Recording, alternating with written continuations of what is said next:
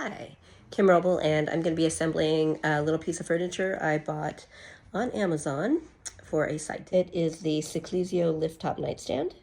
I have already unpacked all the freaking packing, and it came in an even giant box. Ridiculous. Anyway, I've gone ahead, ignore the dog spread. Anyway, I went ahead and inventoried all the parts and put them in order so that I know where things are and can access them quickly. Quick note, number 12 is not number 12. It's actually 1 and 2. Yeah, this is one of your number 12s. So I am missing part 15. I have no idea what that is, but I have a feeling it's like, it looks like tape or something, but again, it's not here. So it is what it is.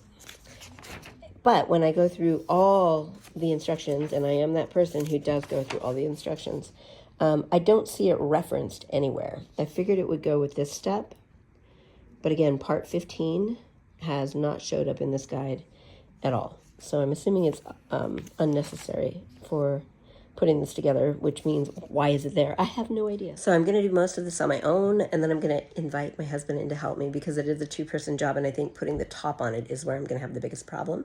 I will time myself to see how long it takes me and report back with the difficulty. All right, I finally got it finished.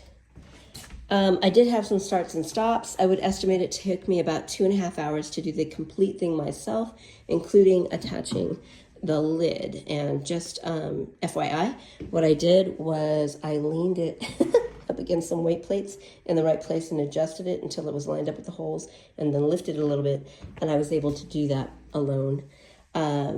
Overall, it's not a terrible build. Just take your time, read the instructions. You will find, again, that it goes from option A to like page, whatever it is here, 17, and that's where option B starts. So essentially, what you have to remember for step 1 is going to be different, and step 2, and then everything else from 3 to 19 is the same, but step 20 and 21 are different. So there you go. Additionally with that, I did have leftover hardware. I went back and double checked. So it's literally just leftover hardware, but it always freaks me out. I also took the time to spray paint these gold. You can see this one was actually sprayed with some kind of an oil coating. So it resisted some, but it's staying on for now. And it looks kind of cool like that. But that and the legs, black, because I thought the gold was just hideous with it. Anyway, I'm really excited to use it.